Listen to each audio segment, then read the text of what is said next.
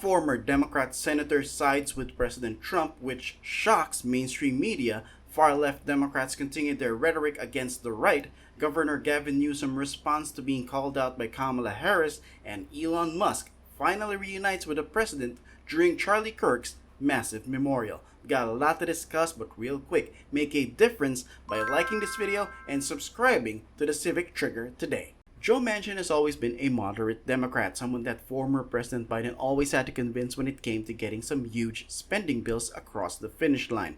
And while I don't think that he's the biggest fan of President Trump, he did admit to agreeing with him regarding some very important issues in our country. Now that he's an independent, here's Manchin listing out the things that he likes about this current administration. Oh, I think the border, security at the border. I think everyone knows we should have a secure border. I beg the Democrats not to do asylum at the border. I think that's correct. I think the crime in our streets, I don't have a problem with doing whatever we can, but you just can't pick people off the streets. You think that he should be putting the National Guard in blue cities to help with crime? Let me tell you, if I was crime-ridden in my state, if I had a crime-ridden, I'd welcome all the help I could get.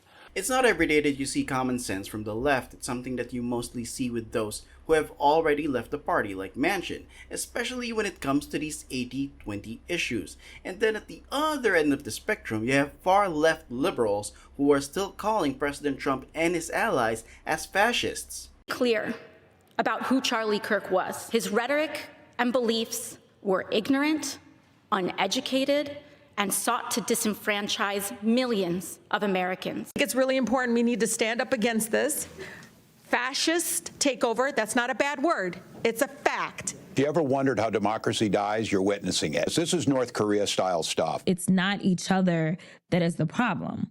It's the other side. It's the fascists. They note that they're endangering people within the Republican Party with their rhetoric, which makes what they're doing incredibly reckless. And while many of them are united in this kind of messaging, others are now at odds due to political ambitions. Former Vice President Kamala Harris and her tell-all book shows a different side of her, one that clashed with some top Democrats. One person that she reached out to right after Joe Biden dropped out of the race last year was California Governor Gavin Newsom. She allegedly tried to reach out to Newsom and got a message that he was hiking and would call back. She confirmed in her book that the governor never called her back. And now, Newsom's responding to this call out. Remember that both he and Harris seem to have their eyes set on a 2028 presidential nomination.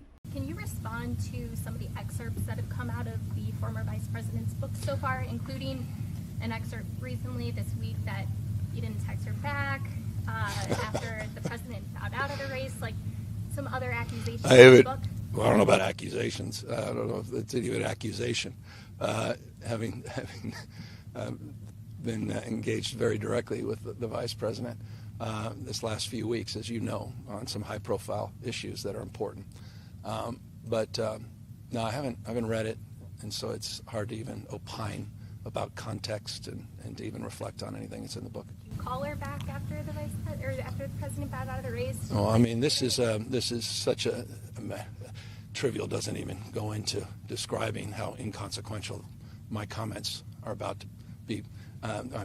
You want to waste your time with this? We'll do it. Was up there hiking. There was an unknown number. Check the unknown number. Meanwhile, I was on text change trying to get in touch with the Biden administration because I was completely surprised that the president dropped out. And as you know, I was a surrogate and I was out on the campaign trail. You know what the worst part is? Both of them have lied to our faces for years. I mean, come on. So I don't think we'll ever know which side is telling the truth. What I can tell you is that their party is so divided to a point where two of the top contenders for president are having a disagreement over a phone call. Which can't be said for the Republican Party, at least for now. Billionaire Elon Musk appeared together with President Trump during Charlie Kirk's memorial, a reunion that has many asking if Musk is now back in the circle, a question that the president answered. Mr. President, everyone's saying that Charlie brought you and Elon back together. Is that true? Well, Elon came over and said hello. No, it's nothing to do with that. I thought it was nice. You know, he came over, we had a little conversation. We had a very good relationship, but it was nice that he came over. Dana White was there, the great Dana White. You know, the big question is having the UFC fight as the. I know you won't accept tickets because you're with the fake news. You're not allowed to accept tickets, but we're going to have a UFC fight right at the White House. Of course, the president won't openly share what's going on, but a lip reader did try and catch what they were talking about. According to some reports, Musk approached the president with Trump asking him how he was doing, following that up with him hearing rumors of Musk wanting to talk to him, and then saying this: "Let's try and work out how to get back on track," and then telling Musk that he missed him. Now again, take this with a grain of salt, but the bromance could be back up again. We're gonna have to wait and see. But what do you think? Are you in favor of Musk joining Trump's inner circle yet again? Let me know in the comments. And before I go, please don't forget to like this video and subscribe for all future updates. Thanks for watching. Talk to you in the next one.